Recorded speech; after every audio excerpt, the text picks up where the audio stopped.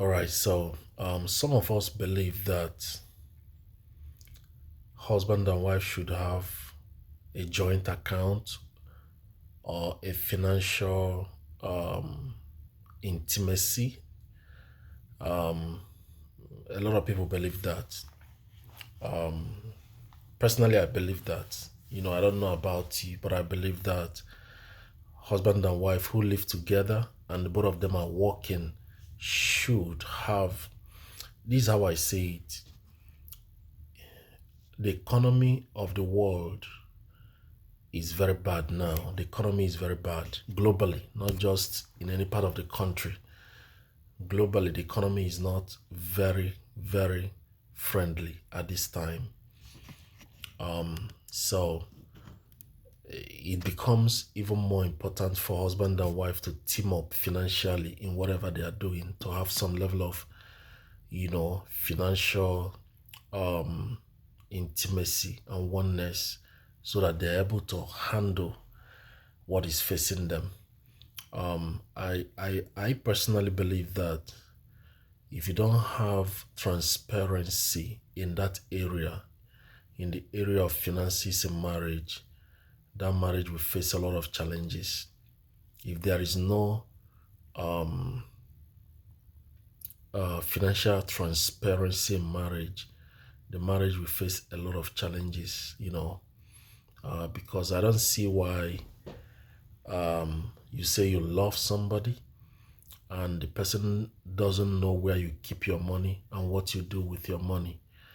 The person sees your nakedness, but the person doesn't see your money. So, but this is by the way, I just want to say something. Now, there are men that you believe that your wife should help out financially.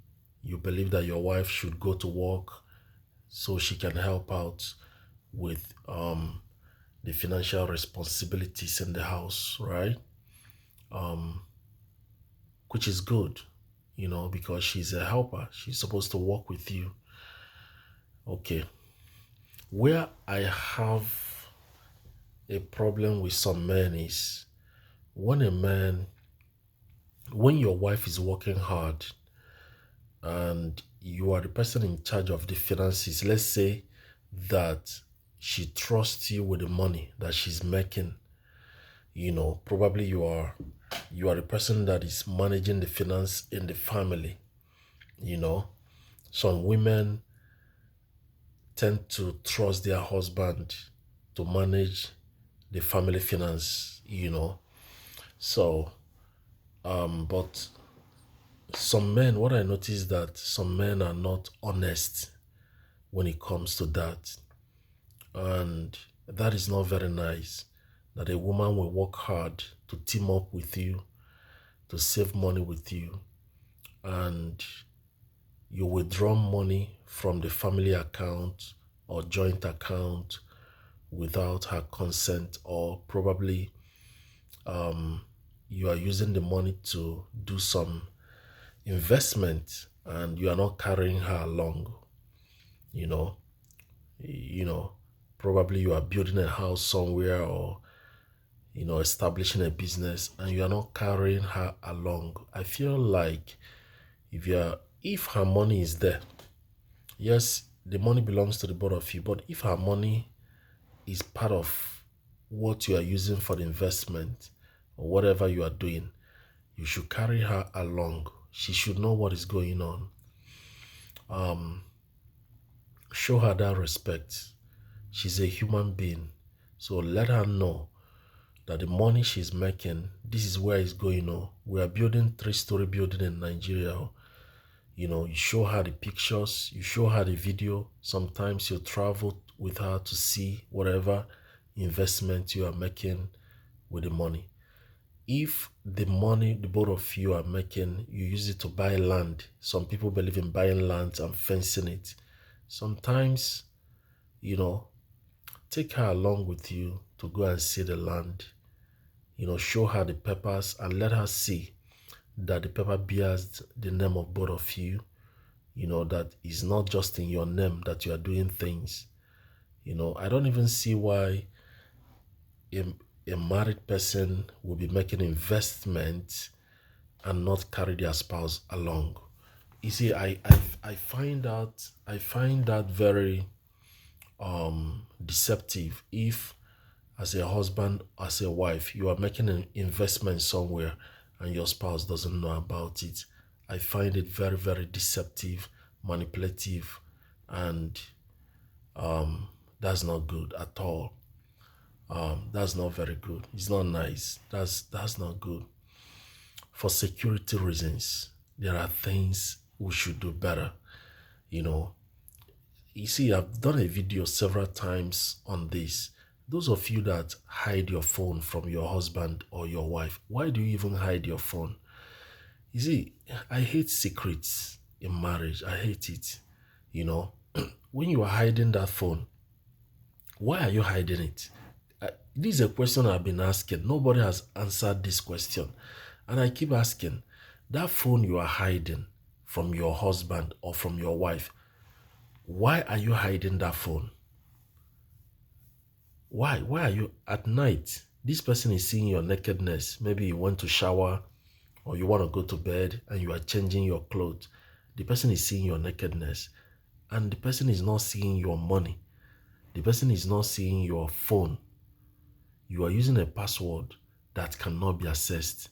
And I'm asking, why are you doing all this? If your hands are clean, what are you hiding?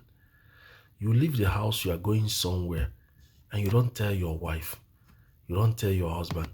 If where you are going is good, if where you are going is where you are supposed to go, why are you hiding it? I'm even asking you a question. What is all these funny things people are doing in marriage? Why are they even doing it?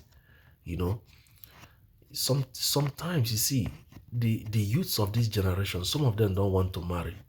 I've met some young people that say they don't want to marry, you know, because when you ask them, they'll tell you, is it that marriage that my father and mother is doing? Is that thing? Is that what I'm going to do? You know, we need to start encouraging the younger generation that marriage is honorable, that marriage is a good thing. You know, let your children see you love their mother. Let your children see you honor their father. If you're not honoring your husband, your children will not respect you. They will be disrespecting you and you are wondering why. Because you don't honor your husband. They have seen you insult him. They have seen you argue with him. They have seen you not serve him food. They have seen you not even cook in the house, making excuses. You know, prioritizing your career more than you prioritize your marriage. And your children are seeing you. Why do you think they will respect you? Why do you think your child will respect you if as a man, you are not responsible? You are not helping out at home. You don't help your wife. You're not even going out to work hard so you can take care of your family. I just want to say this, you know, let's encourage the younger generation to go into marriage. You see, I was talking with someone, I told the person, in our church, for example, in 10 years, I've been in this church, we only had marriage 2 times, 2 weddings in 10 years. Every other wedding is probably a man came from outside to pick a sister and leave and marry her. But when you are talking of officiating of wedding in the church, inside the church, officiating it inside the church, wedding inside the church, not that somebody came from outside and married a sister and left, took her to his church. Just 2 times or 3 times in 10 years. And I started thinking, and it dawned on me that some young people don't want to marry again. They are scared. They are afraid. Because when they see what is on the news, when they look at their parents, they are like, so this is what I'm going to be doing in marriage, quarreling and fighting and arguing, you know. So please, I just want to say this. Give your children a good experience of marriage. Let them see that marriage is a good thing. Let your children see your marriage and want to marry. Let them be hungry to get married because you are living in peace. You love each other. You respect each other. Everybody is responsible doing what they are supposed to do. You know, you don't see, there are people that I don't even know how to say it, but there are people that they don't prioritize their family. They put ministry before their marriage. So they may not pay their house rent, but they take the money and go and give to the church. They say they are sowing seed. Am I against sowing seed? No. But the Bible said a person who cannot take care of his family should not be a leader in church. Take care of your family first before you go out to do any other thing. Take care of your wife and children. Provide for your home. Before you go out to make every other person happy, make your spouse happy.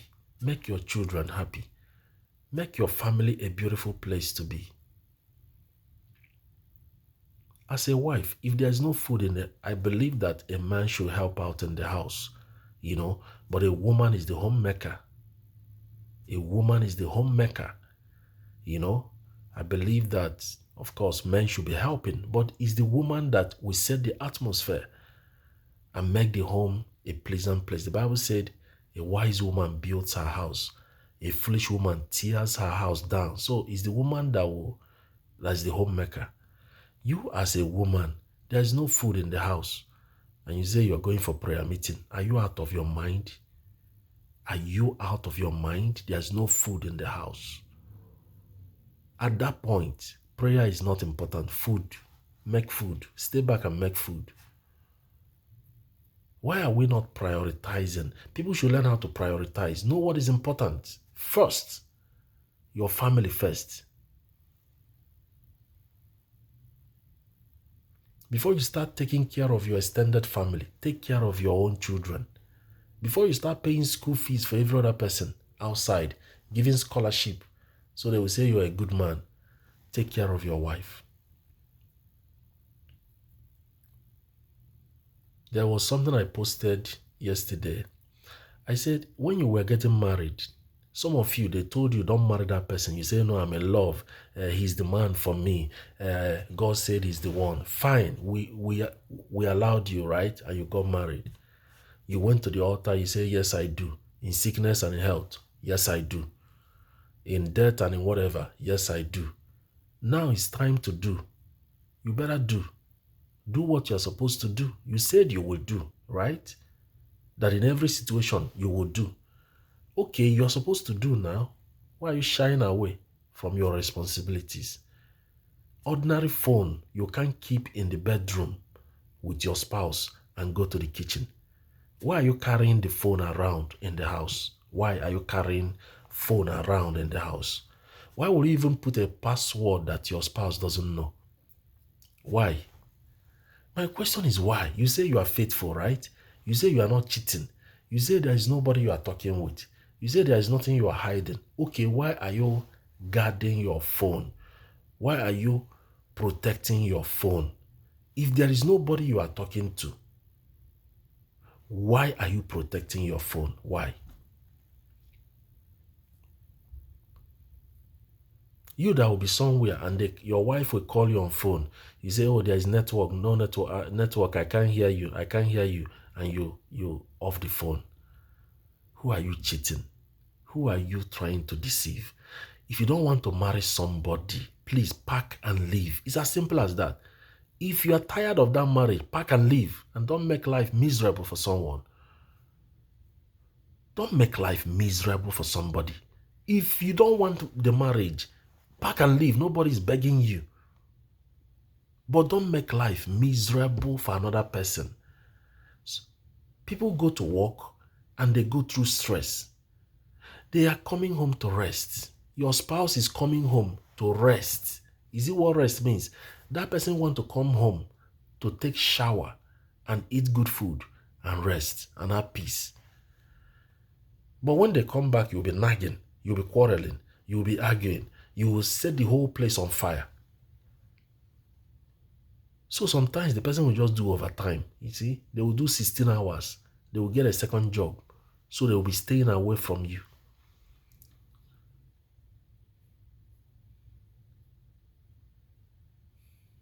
Please, I repeat this. Make marriage a pleasant experience for your children. Let your children look at your marriage and say, we want to marry.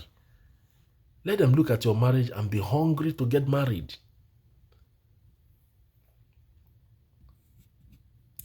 Where did I even start before I end my video, my broadcast for today, middle of the night? It's already 2 a.m. in the morning. Men that are managing the finance of the home, please be honest with your wife. That woman is working hard. She worked hard to give you that money. She trusted you with that money. Don't play games with her. Don't do that. It's not good. The greatest thing that will ever happen to you as a man is for your wife to trust you. That's the best thing that can ever happen to you. If your wife can trust you with all her heart, with everything she has, she trusts you. That's the best thing that can ever happen to you. And if you as the woman, you are the one managing the finance of the home, probably your husband trusts you, to be the one in charge of the finances. He's not checking, he's not calculating anything. Well, understand that that money is not meant for your siblings. That money is not meant for your parents. Am I against giving something to family members? No, I'm not against that. But your family should not be a burden to your marriage. Your siblings should not be a burden to your marriage. They too should work hard. They too should sit up and work hard too. Because every other person is working hard. So no family should be a burden to anybody's marriage. I want to encourage us with this word. And I will repeat it again. Don't make life miserable for anybody. Don't make life. If you're entering into marriage, make up your mind that you are entering into that marriage to make life easy for your spouse. You are not coming with selfish intention. You are coming to give, to serve, to help. You are coming to help, to make life easier for somebody, not to make life miserable for the person. Make marriage a pleasant experience for young people in church. Let them be happy. Today, when you mention marriage in church, young people will be hissing and sighing. They don't want to hear that. Go to church and mention submission now. Girls in church don't want to hear submission. They don't want to hear that word, submission. And sometimes you observe it's because somebody has abused that word. Most men, because your wife submitted to you, you started to treat her bad. No, don't do that, because you are giving your daughters a bad experience about marriage. It will shock you that most children are now becoming gays and becoming lesbians and, joining the LGBT community. Most Christian youths are joining that community because they are tired. When they hear about marriage between husband and wife, they don't want. Let's be careful. Before I end this video, let me repeat what I said. You that is hiding your phone, somebody need to answer this question for me. I beg, you guys should help me answer this question. You that is hiding your phone in marriage, why are you hiding it? You say it's for better, for worse. You say two shall become one. Okay, why are you hiding your phone? Why is it that your wife cannot touch your phone? Your wife you are sleeping with, having sex with, cannot touch your phone, does not know your movement, does not know who you are calling, who you are chatting with, where your money is going. Your husband cannot touch your phone, cannot touch your money, cannot even go near to your wallet. Some of you will tell your spouse, don't touch my car, don't touch it. It's my car, my car. my wallet, my ATM card. Don't touch it. Don't touch my phone. Who told you is your phone? It's our phone. Stop all this selfish, independent spirit that is killing marriage. If you want to be independent, be single. Be single and enjoy being single.